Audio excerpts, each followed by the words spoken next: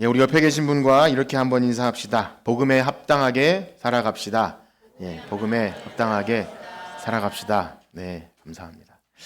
예, 우리 교회는 이번 주에 구약 성경 에스더서를 마치고 이제 신약 성경 빌립보서에 들어갔습니다. 어떠셨는지요? 우리 교회가 함께 읽는 성경 본문과 함께 한 주간도 주님과 동행하셨습니까? 어떠신가요? 예, 아니면 좀 먹고 사는데 바빠서 말씀 한 구절 읽을 시간도 혹시 없으셨는지 또 모르겠습니다. 네, 바라기는요, 우리를 구원하신 이 생명의 말씀, 또 우리가 살아가는데 내 발의 등이요 내 길에 빛이 되시는 이 말씀 붙들고 주님과 동행하시는 저와 여러분들 되시기를 주님의 이름으로 축복합니다. 그렇습니다. 오늘 우리가 함께 읽은 이 성경 빌립보서는요, 사도 바울이라는 사람이 빌립보 교회에 어떤 특정 지역에 있는 교회에 보내는 편지 형식의 글입니다. 편지를 보낸 거죠.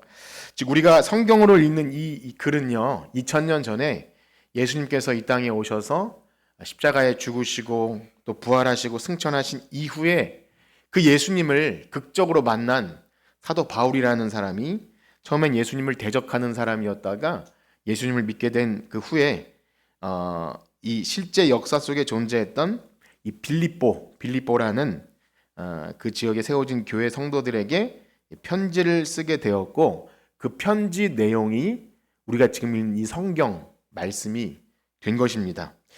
교회 오래 다니신 분들에게는 제가 말씀드린 이 성경의 기록 배경에 대해서 몇 번 들으셨기 때문에 다 아는 사실이라 여겨질 수 있을지 모르지만, 그렇지 않은 분들에게는 이러한 내용이 좀 생소할 거라 그렇게 여겨지는데요. 그런데 우리가 성경을 읽을 때 이 글이 하나님 말씀이라서 하늘에서 뚝 떨어진 것이 아니라 이런 실제 당시를 살고 있던 어떤 교회의 성도들인 독자, 편지로 말하니까 수신자겠죠. 우리가 편지 봉투에 보면 보내는 사람, 받는 사람 있지 않습니까? 그래서 받는 사람이 바로 빌립보 교회 성도들이고, 보내는 사람은 그럼 누구라는 거죠? 바울이라는 사람이 여기다 이제 글을 쓰는 거예요. 자, 그러한 이 글이 쓰여진 시대적 배경과 또 역사적인 정황, 또 이런 것을 염두에 두고 우리가 성경을 읽을 때 성경을 바르게 보는 눈이 열리고, 하나님께서 성경을 통해서 우리에게 알기를 원하는 것, 깨닫기 원하는 것을 우리가 놓치지 않고 잘 볼 수 있습니다. 그렇습니다. 사실 우리는 성경 말씀이 하나님 말씀이고 우리에게 주신 말씀이라고 우리는 믿습니다. 여러분 그렇게 믿으시나요? 네, 우리에게 주신 말씀인데요. 근데 엄밀히 따지자면 이 성경은요, 우리를 염두에 두고 우리에게 쓰여진 것은 아니라는 거예요. 그게 무슨 차이가 있는 거죠? 당시를 살고 있던 소위 1차 독자들, 그러니까 지금 제가 말씀드린 빌립보라는 지역에 살고 있던 그들에게 쓰여진 책이라는 거죠. 그들의 상황에 맞춰서 그들이 복음으로 상황을 어떻게 해석해야 되며 또 어떤 문제가 발생했을 때 어떤 것이 복음에 합당한 삶인지를 사도 바울이 어찌 보면 가르치고 설교하는 내용이라는 거예요. 이런 바울은 거의 설교인데요. 인사를 하고 뭐 이렇게 내용 있지만 다 가르침과 설교입니다. 그리고 우리들은 그들이 1차 독자라면 우리는 뭐 2차일 수도 있고 2차, 3차일 수도 있지만 어쨌든 2차이죠. 우리를 염두에서 쓴 건 아니에요. 우리가 이 글을 보면서 그렇구나. 복음에 합당한 생활이라는 것이 그런 거구나 하고 그 원리를 잘 이해해서 우리가 그 원리를 우리의 삶에 적용하면 성경의 원저자이신 성령님께서 그들에게 주셨던 그 깨달음과 은혜를, 같은 은혜를 우리에게 부어주실 줄 믿고 우리는 그렇게 성경을 하나님 말씀으로 믿고 보게 되는 것인 줄 믿습니다. 여러분 그렇게 지금 방금 말씀드린 게 이해가 되시죠? 그렇게 보는 거예요. 하늘에서 뚝 떨어진 글이 아니라 그 당시 2000년 전 시대가 있었고 보내는 사람 받는 사람이 있었는데 그 시대적 상황을 염두해서 글을 봐야 오해하지 않고 보게 됩니다. 그래서 제가 여러분들에게 몇 번 드렸던 말씀이 있는데요. 좀 부끄럽지만 그런 말씀을 가끔 드렸습니다.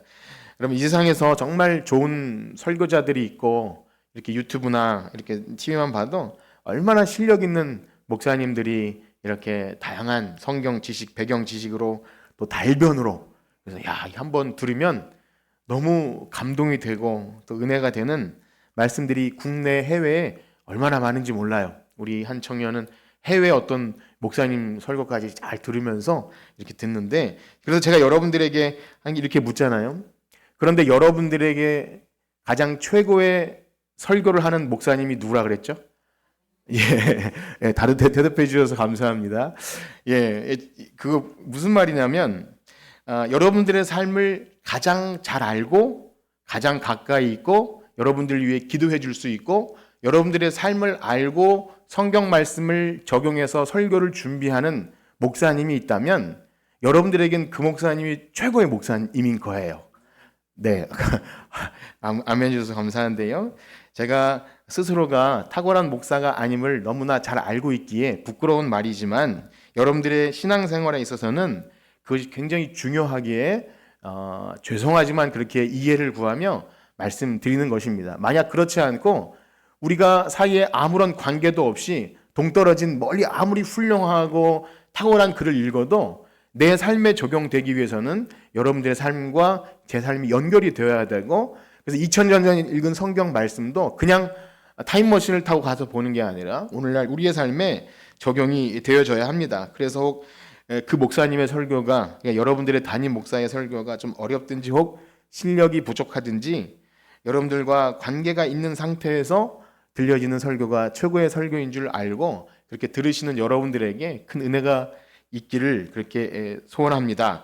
자, 그렇습니다. 서두에 제가 왜 이런 말씀을 드리냐면, 지금 이 편지는요, 현실과 동떨어진, 그러니까 어떤 대단한 원리들을 그냥 일방적으로 듣는 것이 아니라 바울이 실제 선교 여행을 다니다가 세워진, 복음을 듣고 세워진 빌립보라는 그 지역 교회에 그들의 정황에 맞춰서 이렇게 가르치는 거예요. 그래서 바울의 선교 여행은 보면 그가 의도하지 않고, 특별히 이 사도행전 16장을 배경으로 하고 있는데요. 혹 궁금하시면 집에 가서 사도행전 16장을 좀 읽어보시면 되는데, 바울이 이 지역을 가려고 한 게 아니었어요. 하나님께서 거길 막으시고 또 예수의 영이 허락하지 않으셔서 이렇게 방향이 막히다가 저 멀리 마게도냐, 지금으로 말하면 이 유럽이 되는데요. 마게도냐 사람이 와서 우리를 좀 도우십시오. 그 환상을 보고 이것이 하나님 뜻이구나 해서 건너갔는데, 거기는 복음의 불모지예요. 뭐 유대인 회당도 없고 전도할 수도 없는 그런 지역에 가서 어느 날 강가에서 이렇게 기도할 곳을 찾는데, 자주 옷감 장사 루디아라는 한 자매를 만나게 됐는데, 성령께서 그 마음을 열어서 복음을 듣게 하셨는데, 그날 나를 예수 믿는 자로 알거든 우리 집에 같이 갑시다. 그래서 교회가 시작된 거예요. 거기서부터. 그러니까 얼마나 대단합니까? 바울에게 있어서 이 빌립보라는 지역은 너무 은혜가 넘치고 참 뭐랄까요, 기억이 생생해요. 사랑하는 마음과 그들의 헌신과 쓰고, 그래서 그 마음을 담아서 편지를 쓰고 있고 설교하고 가르칩니다. 그리고 우리는 2차 독자로서 그런구나, 그런 배경에서 그 편지를 쓰는구나, 그걸 가지고 복음에 합당한 삶이 이러한 것이구나, 그렇게 원리를 적용할 때 우리 듣게 되는 거죠. 자, 그런데요, 그 빌립보라는 지역에 좀 더 설명드리면, 우리가 되게 유명한 그 말씀, 주 예수를 믿으라, 그리하면 너와 내 집이 구원을 얻으리라, 이런 말씀은 아시잖아요. 근데 그 배경이 바로 이 빌립보예요. 빌립보 감옥의 간수가 이 죄수들이 도망하면 이제 자기가 죽을까봐 스스로 자결하라고 할 때 바울이 우리 여기 있다 그래가지고 이렇게 대화가 되지 않습니까? 그런 배경들, 역시 자세한 내용은 사도행전 16장에 나오는데, 어쨌든 너무 귀한 추억들과 헌신자들이 많아요. 그래서 이 빌립보라는 지역에서 비록 짧은 기간 바울이 목회를 했지만, 바울이 그곳을 떠난 이후에 얼마나 좋은 소식이 전해졌는지, 벌써 이 집사님이 세워지고 장로님이 세워지고 교회가 무럭무럭 성장해졌다는 것을 듣게 됩니다. 그래서 바울이 이 빌립보서 앞부분을 보면, 이 너희를 생각할 때마다 내가 항상 하나님께 감사하며 기도하며, 이런 내용을 쭉 기록해요. 그리고 그 복음에 참여한 일을 내가 너무나 그리스도 예수의 날까지 이룰 줄 확신하노라 하면서 칭찬을 많이 합니다.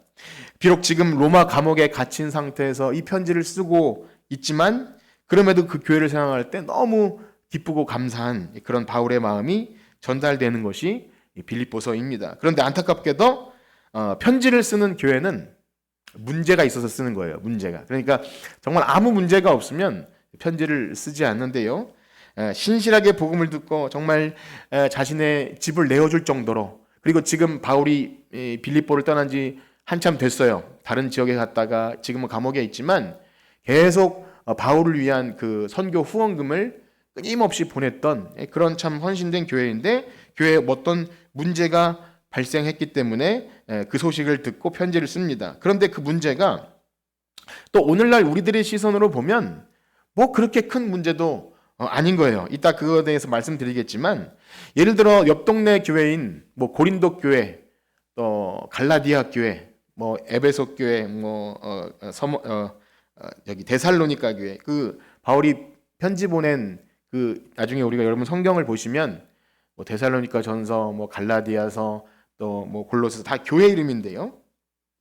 얼마나 문제가 많았는지 몰라요. 고린도 교회는 뭐 우상 숭배, 음란한 문제, 또 데살로니가 교회도 뭐 시한부 종말론이나 뭐 여러 가지 다른 가르침들, 골로새 교회도 뭐 어떤 이단 사상, 천사 숭배라든지 여러 문제들이 있었는데, 갈라디아 교회 같은 곳에는 아예 대놓고 처음부터 인사가 마치자마자 다른 복음을 전하는 자들은 저주를 받을지어다 하면서 막 되게 강하게 호통을 치면서 편지를 쓰기도 합니다. 그런 것과 비교하면 빌립보 교회는 너무나 괜찮은 교회였어요. 그럼에도 불구하고 도대체 무슨 문제가 있길래 바울이 그 차디찬 감옥에서 종이와 펜을, 그 당시에 이 붓과 종이를 구하는 것은 쉽지 않은 일이잖아요. 뭐 가죽이나 파피루스 같은 정말 그런 귀한 것이 종이인데 이렇게 붓을 들었다는 것은 꼭 해줘야 될 굉장히 중요한 문제였다는 거죠. 자, 그러면 무슨 문제가 있는지 우리가 좀 생각해 봤으면 좋겠는데요. 일단 빌립보서 중간중간 나오는 내용들을 힌트로 좀 들을 테니까 어떤 문제인지 한번 여러분들이 추측해 봤으면 좋겠습니다. 먼저 2장 1절에서 4절까지 한번 읽어볼까요? 2장 1절에서 4절 다 같이 한번 읽어보겠습니다. 시작. 그러므로 안에서 무슨 권면이나 성령의 무슨 교제나 긍휼이나 자비가 있거든 마음을 같이하여 같은 사랑을 가지고 뜻을 합하여 한 마음을 품어 아무 일이든지 다툼이나 허용으로 하지 말고 겸손한 마음으로 각각 자기보다 남을 낮게 여기고 각각 자기 일을 돌볼 뿐더러 또한 각각 다른 사람의 일을 돌보라. 나의 기쁨을 충만하게 하라. 아멘. 자, 은혜가 되는 내용이죠. 그런데 읽어보면 뭔가 문제가 있다는 것을 느낍니다. 좀 넘어가서 2장 12절에서 14절을 한번 읽어볼까요? 12절에서 14절 시작. 그러므로 나의 사랑하는 자들아, 너희가 나 있을 때뿐 아니라 더욱 지금 나 없을 때에도 항상 복종하여 두렵고 떨림으로 너희 구원을 이루라. 너희 안에서 행하시는 이는 하나님이시니 자기의 기쁘신 뜻을 위하여 너희에게 소원을 두고 행하게 하시나니 모든 일을 원망과 시비가 없이 하라. 한 구절만 더 읽겠습니다. 4장 1절에서 2절입니다. 4장 1절에서 2절 시작. 그러므로 나의 사랑하고 사모하는 형제들, 나의 기쁨이요 면류가 아닌 사랑하는 자들아, 이와 같이 주 안에 서라. 내가 유오디아를 권하고 순두개를 권하노니 주 안에서 같은 마음을 품으라. 아멘. 어떠신가요? 좀 감이 잡히시나요? 네, 반복되는 단어와 어떤 표현들이 있죠. 한 마음, 한 뜻, 또 끝에도 같은 마음을 품으라. 이런 거예요. 뭔가 빌립보 안에, 교회 안에 헌신자들이 있고 열심 내는 성도들이 많았는데 주 안에서 하나됨을 잃어버린 거죠. 하나됨을 잃어버린 거. 그러다 보니까 기쁨을 잃어버리게 됩니다. 교회에서 예배드리고 뭐 열심히 봉사를 했는데 기쁨을 잃어버리게 된 거예요. 이 얼마나 안타까운 일입니까? 사실 빌립보서의 별명이 기쁨의 서신입니다. 들어보셨습니까? 왜냐하면 기쁨이라는 단어가 엄청 나와요. 내가 다시 너희는 기뻐하라. 주 안에서 기뻐하라. 내가 다시 말하노니 기뻐하라. 계속 기쁨에 대해 강조하는데요. 이것은 무슨 의미입니까? 반대로 얘기하면 기쁨을 상실했다는 거예요. 고린도전서 같은 경우는 사랑에 대해 나오지 않습니까? 그런 설교를 했다는 것은 뭘 말해주죠? 사랑을 잃어버렸다는 거예요. 그래서 어떤 제 설교나 어떤 말에는 언제나 항상 그 이면에 배경이 있고 뭔가 하고자 하는 말이 있는 거예요. 뼈가 있는 거죠. 그래서 칭찬도 많이 하고 했지만 지금 빌립보 교회는 기쁨을 잃어버렸어요. 그래서 나중에 살피겠지만 4장 2절에서 우리가 읽은 것처럼 유오디아를 권하고 순두개를 권하노니, 여기 유오디아, 순두개 이름이 얼마나 좋습니까? 유오디아, 순두개. 유자가 들어가고 순자가 들어가니까 얼마나 유하고 순하겠어요. 그죠? 예전에 그 유순자 권사님 이름이 참 좋아하는 유하고 순하고. 이들의 이름이 이 여자일까요? 남자일까요? 여자 같죠? 여자예요. 그래서 당시에는 이름이 언급되었다는 것은 나중에 이제 4장 가서 해보겠지만 나름대로 교회에 꽤나 영향력 있는 권사님이 아니었을까, 혹은 제1여전도 회장, 제2여전도 회장 이렇게 있는데 바울이 뭐라 그러죠? 유오디아, 순두개 둘이 화해하세요. 그렇게 말한 거예요. 저는 이 본문을 읽을 때마다 한편으로는 참 재미도 있으면서 한편으로는 제가 좀 소심하기 때문에 걱정되는 것이 있어요. 이게 대대로 남을 성경인데, 당시의 성경은요, 바울의 이 서신은 교회마다 돌려 읽었어요. 그런데 가는 곳마다 유오디아 권사님, 순두개 권사님 화해하세요. 이거 얼마나 얼굴이 뜨뜻해졌겠어요. 그러니까 저는 소심해서 이분들이 상처받아서 교회 안 나온다 그러면 어쩌지? 그런 생각을 하면서 정말 읽었어요. 그런데 만약 이 두 자매가 바울과 별로 관계가 없는 사람이라면, 즉 복음에 참여한 자매들이 아니었다면 아마 그의 이름도 거론하지 않았을 거라 그렇게 여겨집니다. 그래서 만약에 진짜 관계가 없는데 이름을 거론했다면 아마 시험 들고 상처를 받았을 거라 생각이 돼요. 그래서 저는 이 유오디아, 순두개 분들은 정말 바울이 아끼고 사랑하는 복음에 참여한 동력자들이라 저는 믿어 의심치 않습니다. 그래서 아마 나가지 않았을 거라 생각이 되는데요. 자, 어쨌든 빌립보 교회의 문제가 무엇이라고 하는 거죠? 하나됨을 상실했고 기쁨을 잃어버렸어요. 일하는 사람이 있어요. 분명 능력자들도 있고 헌신자들도 많은데 하나 되지 못했다. 그래서 그렇게 그들이 된 근본적인 이유에 대해서 빌립보서는 크게 두 가지로 얘기하는데요. 일단 미리 답을 말씀드리면, 첫 번째 이유는 오늘 우리가 읽은 이 본문의 핵심, 바로 너희 안에 이 마음을 품으라. 즉 그리스도 예수의 마음을 품는 것, 예수님을 본받아 살아가는 이 삶을 망각했거나 실패한 거죠. 두 번째는 이제 3장에서 나오게 되는 교회 안에 먼저 된 신자들 안에 나오는 어떤 율법주의적인 행위를 강조하는 그런 것이 있었을 거라 여겨집니다. 사실 근데 이 두 내용은 다 복음과 관련된 거예요. 복음 중심 삶, 복음에 합당한 삶을 살지 못할 때 벌어지는 대표적인 일들이 바로 하나됨을 잃어버리고 또 기쁨을 잃어버리고 또 자기 행위를 강조하는 것이 나타나게 됩니다. 어찌되었든 이 주일 아침에 이 두 가지를 다 다루지는 못할 것입니다. 그래서 오늘 우리가 함께 집중적으로 생각해 봐야 할 것은 뭐냐면 이런 거예요.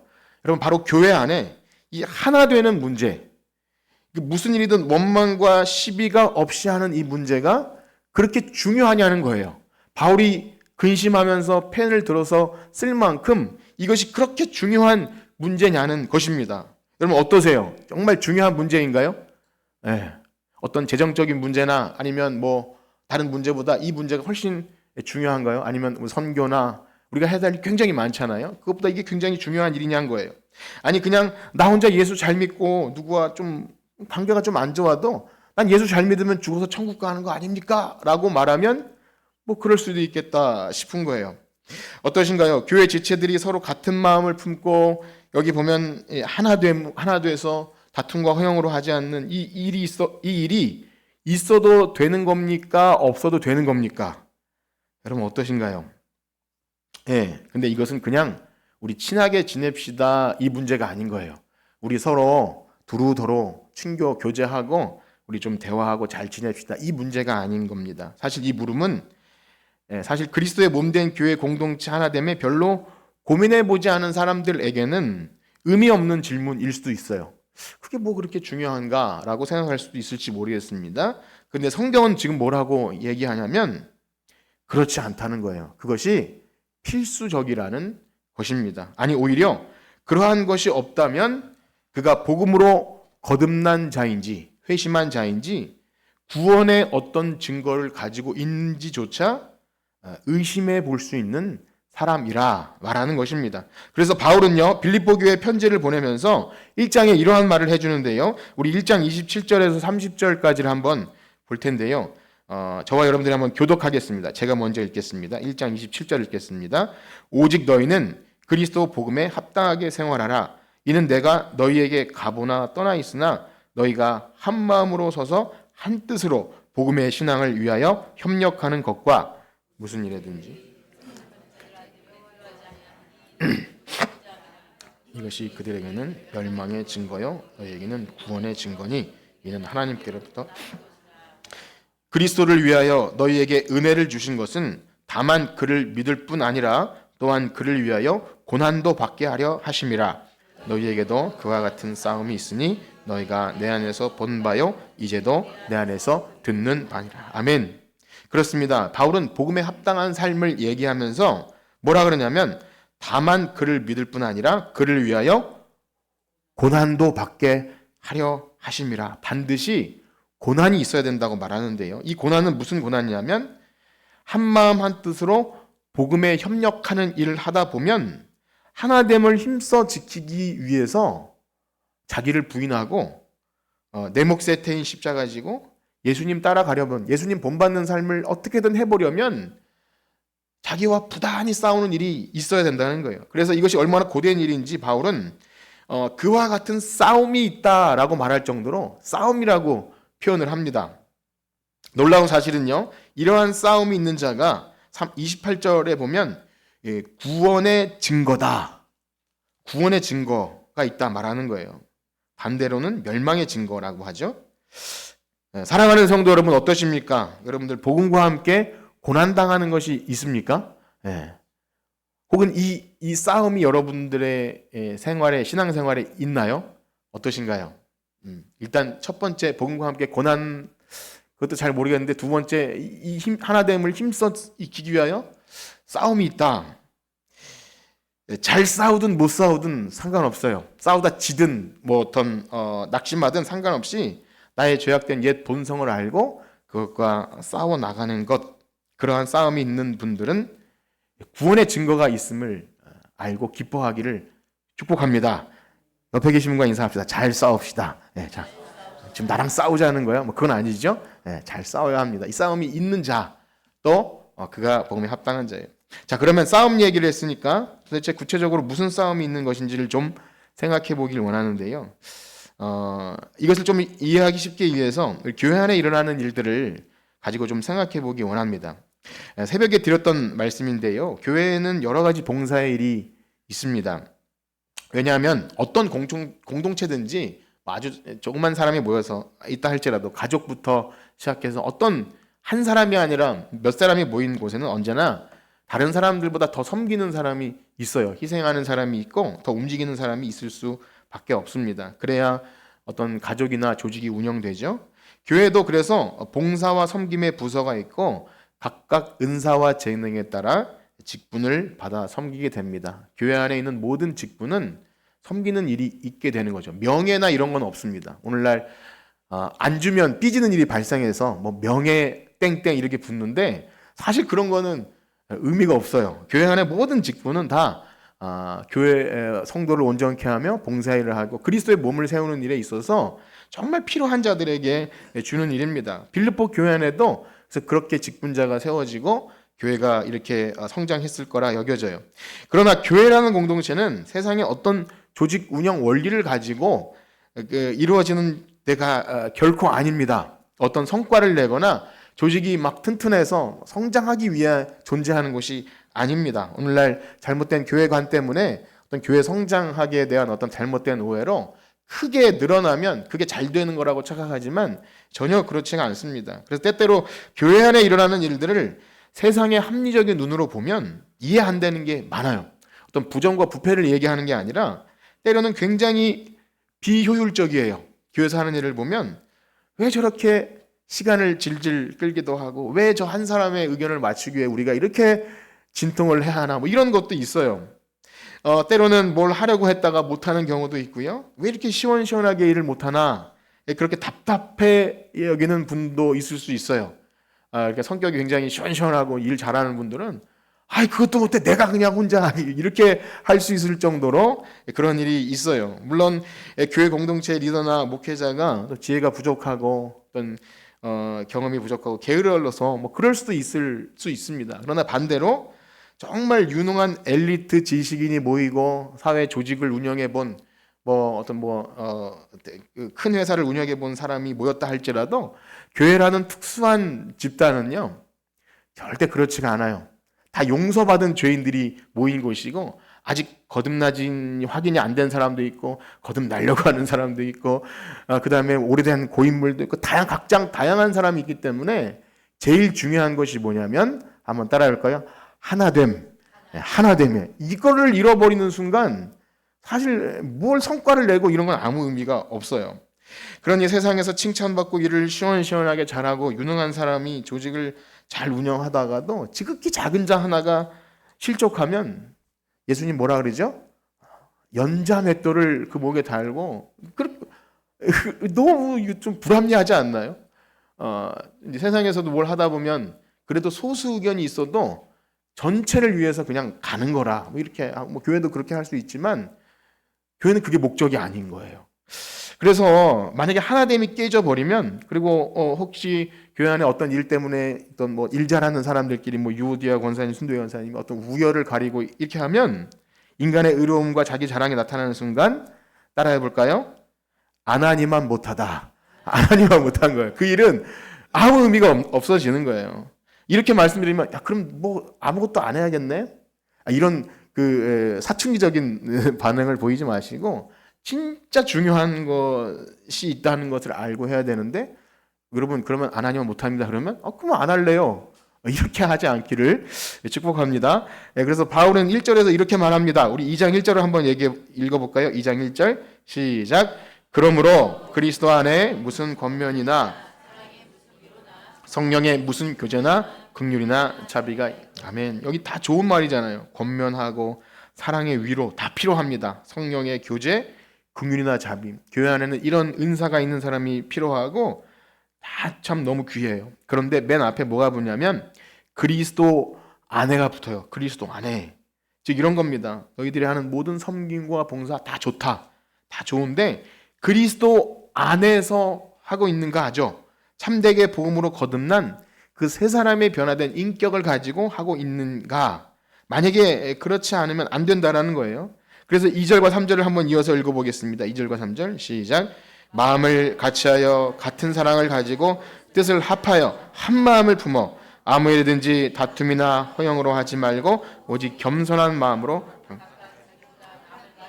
아멘. 2절을 보면 똑같은 말을 비슷한 표현을 반복해요. 마음을 같이하여 같은 사랑을 가지고 뜻을 합하여 한 마음을 품어 얼마나 중요한지를 알겠죠? 한심 반복합니다. 그리고 하지 말라는 것 다툼과 허영 그리고 어떻게 하라냐면 오직 겸손한 마음으로 각각 자기보다 남을 여겨.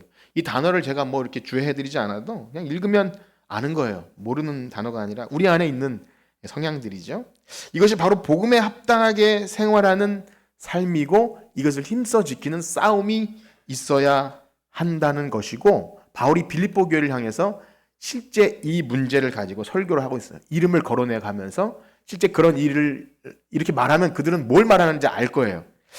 그리고 오늘날 우리 예수 그리스도로 말미암아 구원받은 성도라면 아 그렇구나.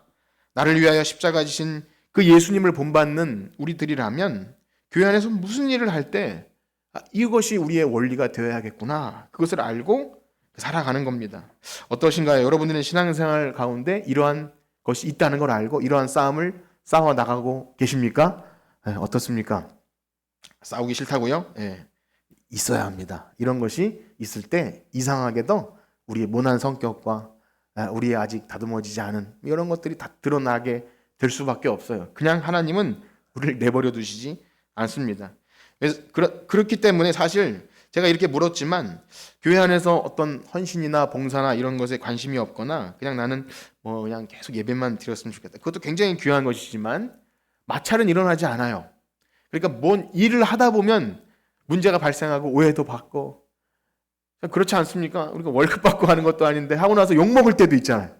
내가 이러려고 했나 뭐 이런 생각 들지 않습니까? 그런 거예요. 때때로 그래서 교회 안에 좋은 마음으로 봉사일을 시작했다가 사람과의 관계에 어려움을 겪고 트라우마가 생겨서 난 그냥 이제는 하지 않겠다고 하는 분도 만나게 됩니다. 그러나 사랑하는 성도 여러분, 반드시 기억하십시오. 구원받은 성도들은 우리 안에 행하시는 분이 하나님이시기 때문에 자기의 기쁘신 뜻을 가지고 소원을 두고 행하시는 줄 믿습니다. 우리 13절 말씀 한번 같이 읽어볼까요? 2장 13절 시작. 너희 안에서 행하시는 이는 하나님이시니 자기의 기쁘신 소원을 두고 행하게. 아멘. 그렇습니다. 교회에서 뭘 하는 것은 하나님이 그 마음에 소원을 두고 행하시는 것이지 내가 기분이 좋거나 내가 돈이 많거나 시간이 많거나 이래서 하는 것이 아니라는 것을 아셔야 됩니다.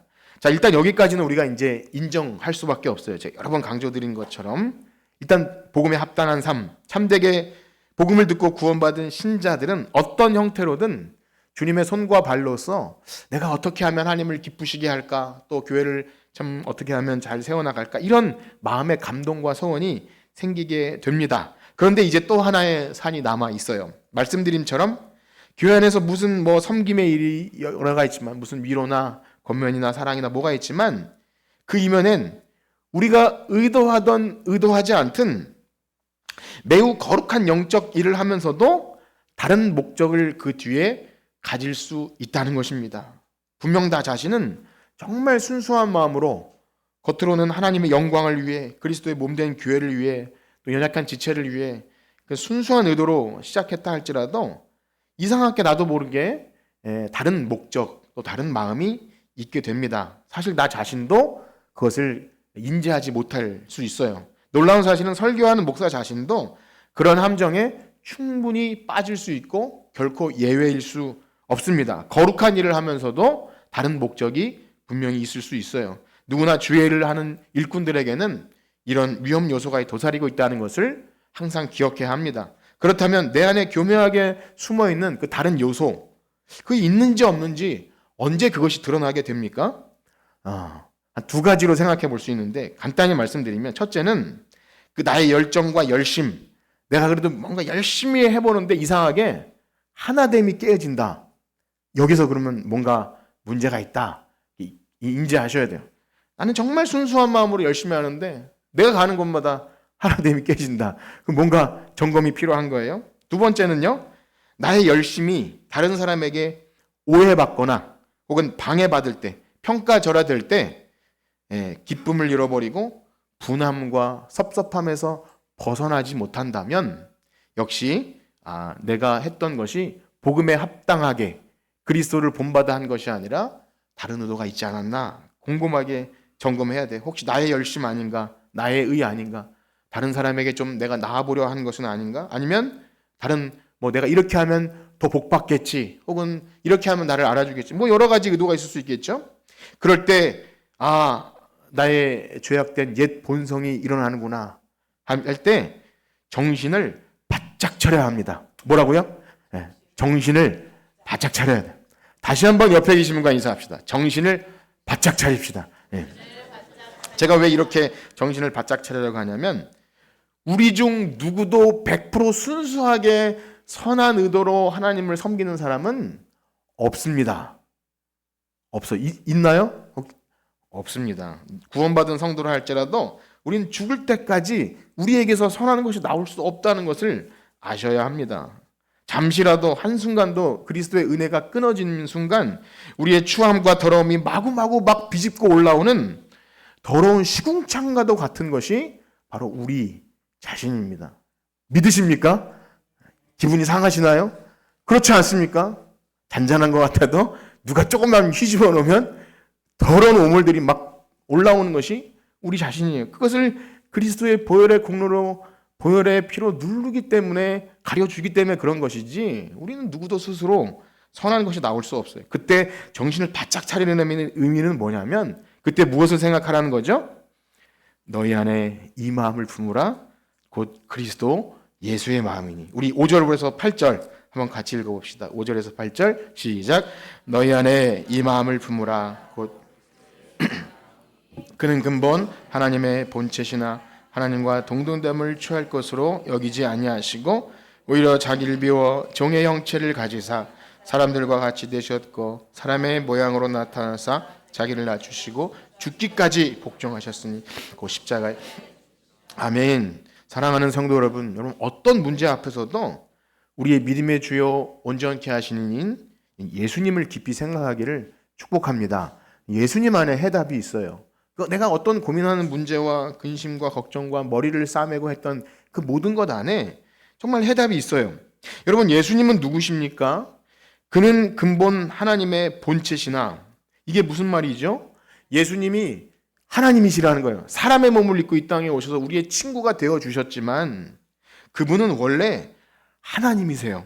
우리가 아까 성경 교독 제가 의도하지 않았는데 요한복음 1장에 보면 그분은 태초에 말씀이 계시니라. 우주 만물이 창조되기 이전부터 우주 만물을 창조하신 그 말씀이시고 영원한 삼위 하나님의 영원한 사랑 가운데 충만하신 그 하나님이십니다. 그 하나님이 그래서 모든 피조물들은 그분 앞에서 존귀와 영광과 찬송을 드리기 합당한 하나님이세요. 예수님은 하나님이십니다. 그런데 그 하나님의 본체이신 예수님께서 하나님과 자신을 동등됨으로 하나님과 동급이다 그렇게 하지 않으시고 오히려 자기를 비워, 자기 부인이죠. 자기를 비워 우리와 같은 종의 형체를 입으신 것입니다. 그 우주 만물을 창조하신 창조자께서 우리 낮고 천한 이 참 미물보다 못한 우리 인간의 몸을 입으셨다는 거예요. 종의 형체를 입으셨어요. 우리는 사실은 우리가 조금 낮아지고 조금 애매한 소리 듣는 것은 예수님이 낮아지신 것과 비교하면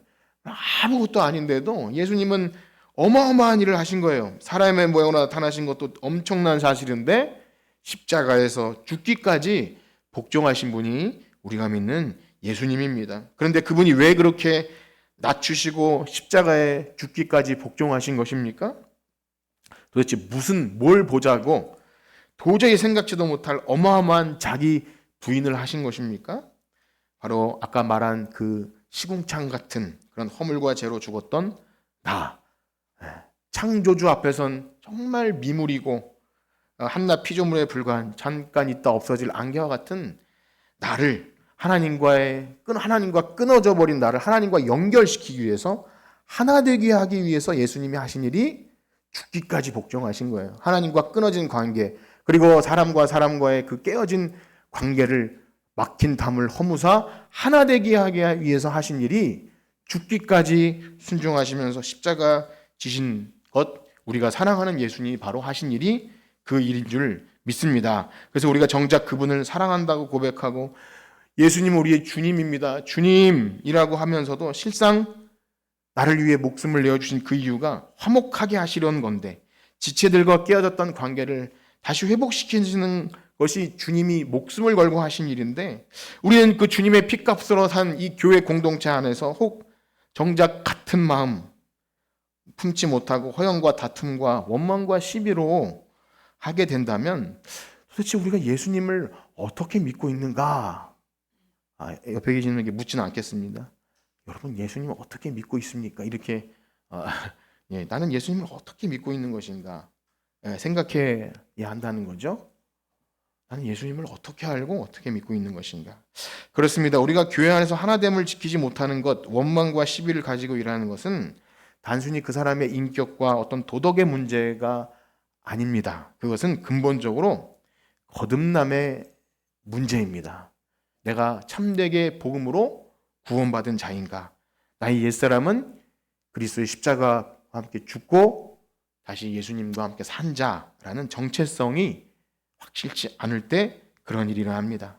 그렇습니다. 주 안에서 사랑하는 성도 여러분, 이 바울이 빌립보 교회에 전하는 이 복음에 합당한 삶, 그리스도에 본받는 삶, 내가 열심히 이렇게 복음을 위해 열심히 살아야겠다, 내가 무언가 좀 해봐야겠다, 좀 나를 복종하고 열심히 전도도 해보고 봉사하고 내 힘 가지고 열심히 하면 그런 게 아닙니다.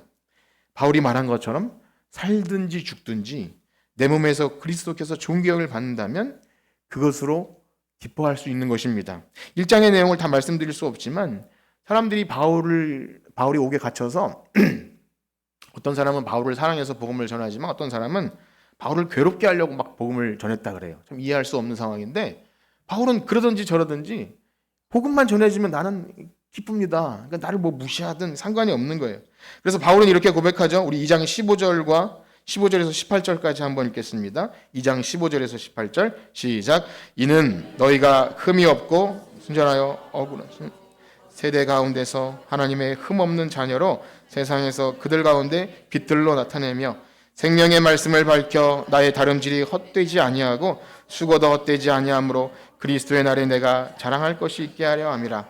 만일 너희 믿음의 재물과 섬김 위에 내가 나를 전제로 드릴지라도 나는 기뻐하고 너희 무리와 함께 기뻐하리니 이와 같이 너희도 기뻐하리라. 아멘. 바울이 복음에 합당한 삶을 바울이 빌립보 교회 성도들이 그들의 섬김과 그 헌신이 하나님께 제물이 되어서 잘 드려질 수 있도록, 그러니까 다툼과 허영이 아니라 원망과 시비 없이 드려지는 헌신이 하나님께 드려지는 제사라는 거예요.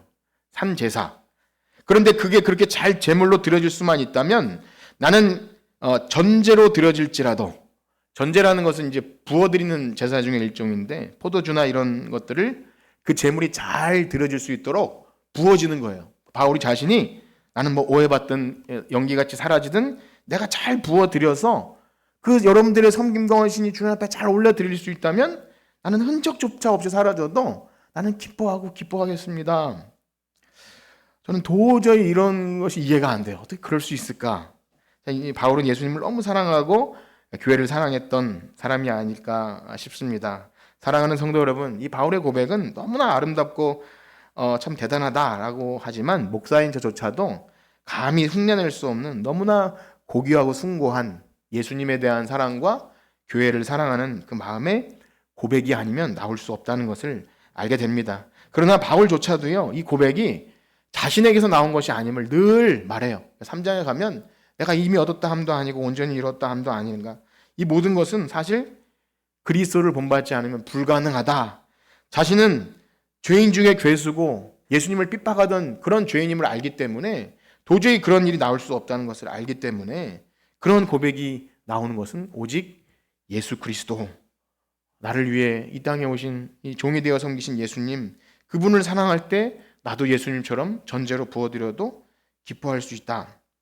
사랑하는 성도 여러분, 우리가 예수님 믿는 사람이면, 목사라면, 직분자라면, 최소한 복음을 듣고 거듭난 사람이라면 바울이 말하는 이 기쁨을 한 번쯤은 경험해 봐야 되지 않겠습니까?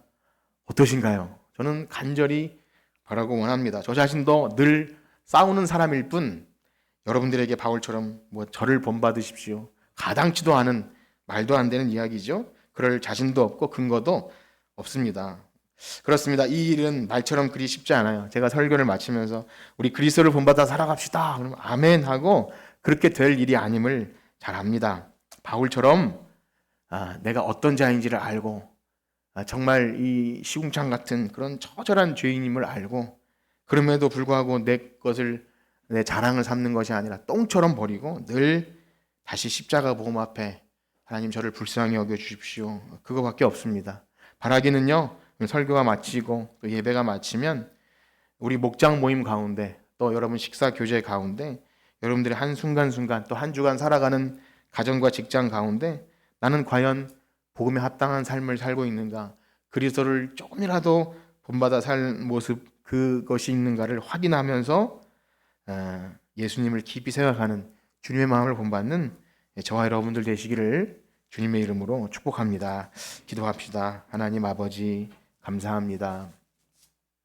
우리와 같은 죄인들에게 이 엄청난 그리스도의 낮아지심과 또 그 사실을 알고 기쁨이 되는 바울의 고백을 듣게 하시니 감사합니다.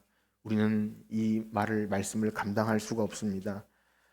흉내조차 낼 수 없고 따라갈 수가 없기에 오늘도 십자가 붙들고 하나님 우리를 조금씩 십자가 가까이 앞으로 나아가는 수밖에 없음을 고백합니다. 하나님 우리 교회를 불쌍히 여겨주셔서 우리도 혹 우리 안에 원망과 시비나 다툼과 또 이러한 것이 있다면, 하나 되지 못하는 것이 있다면, 열심히 일하고도 기쁨을 누리지 못하는 것이 있다면 다시 복음으로 하나님 우리를 위해 낮아지신 예수 그리스도 주님의 마음을 본받는 우리 모두가 되게 하여 주시옵소서. 감사함이 예수님의 이름으로 기도드립니다.